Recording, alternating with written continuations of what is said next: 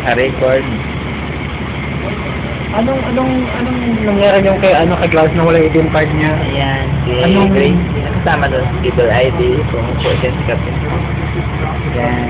Anong requirement? Yung passport niya before, sa'yo hindi naman nawala. Passport niya, tapos pinapotocopy doon sa bangko. Yung sa ATM. Ngayon po. Tapos, ilang araw na nakuha yung ATM? Isang araw lang pagkapunta yan doon, nakabigay na kaagad. Sa ATM? Diretso? Ayan ang ang bangko.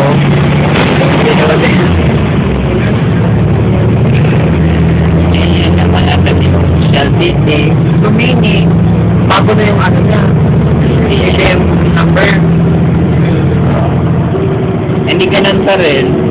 Kaya paano kumakain? Paano yan? Ba sa black yung Panitan ko nga yung pin code ko.